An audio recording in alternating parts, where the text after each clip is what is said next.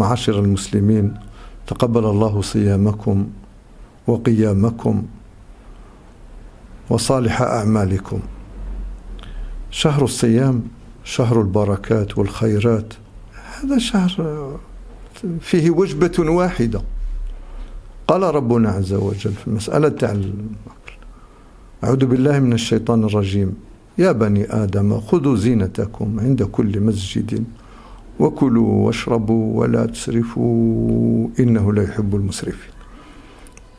ويقول نبينا صلى الله عليه وسلم في الحديث الحسن: ما ملأ آدمي وعاء شرا من بطن، بحسب ابن آدم أكلات أو لقيمات يقمن صلبه أو صلبه، فإن كان لا محالة فثلث لشرابه وثلث لطعامه وثلث لنفسه. أن المعدة بيت الداء كما يقال. قال ابن كلدة، هذا الحارث بن كلدة طبيب عربي، قال: الحمية رأس الدواء والتخمة رأس الداء. يقول الله عز وجل: إن عدة الشهور 12 شهرا، هذا رمضان شهر من الشهور يسبقه شعبان. كان النبي صلى الله عليه وسلم من هديه أنه كان يصوم استعدادا بداية رمضان. بلك لاحظتوا، والمشاهد الكريم يعرف بالاستعجالات مملوءة. عليه؟ هذه تخمة، هذا إسهال، هذا تسمم، هذا ما دام الناس ما تركش السحور، وإحنا رانا في نعمة.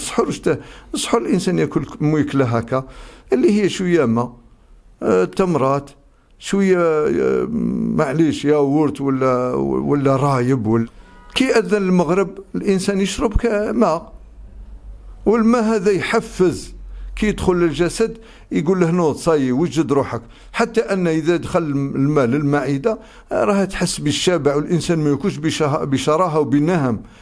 إذا كان كلا دوك التميرات ونصل للمغرب يبدأ بشوربة ولا حريرة حساء هكا مع تتبيل متواضع. بالأخص رانا في الموسم تاع الخضرة الحمد لله، كاين الخرشف، كاين البسباس، كاين الكرنب، كاين يدير واحد بلا دو ريزيستونس كما نقولوا الطبق الرئيسي، يديره معليش ياكل شويه اللحم، كما كان اللحم ثاني مليح، والسلطه تكون منوعه، فيها خس، فيها بطراب، فيها بصله، فيها بنجر، الكرافس، معدنوس، فلفل حار وفلفل حلو، ويزودها بشويه نتاع زيت زيتون مع خل. انا بصفتي كمختص في الاعشاب ننصحكم باش ديروا شويه نتاع نعناع مع شويه زنجبيل، حبه كمون، حبه حلاوه، معليش الزعتر، بسباس، الويزه، نعناع، هذو كاع. معليش الحلويات الانسان ما يكثرش منها ثاني. وفي عوض الواحد ينقص الميزان يزيد في رمضان دير باش تنقص الميزان، ماشي باه تزيد.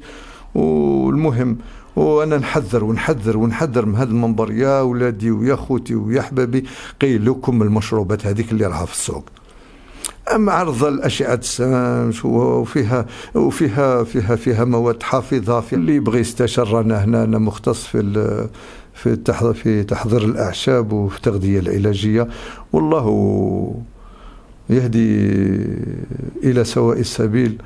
وسبحانك اللهم وبحمدك، اشهد ان لا اله الا انت، استغفرك واتوب اليك.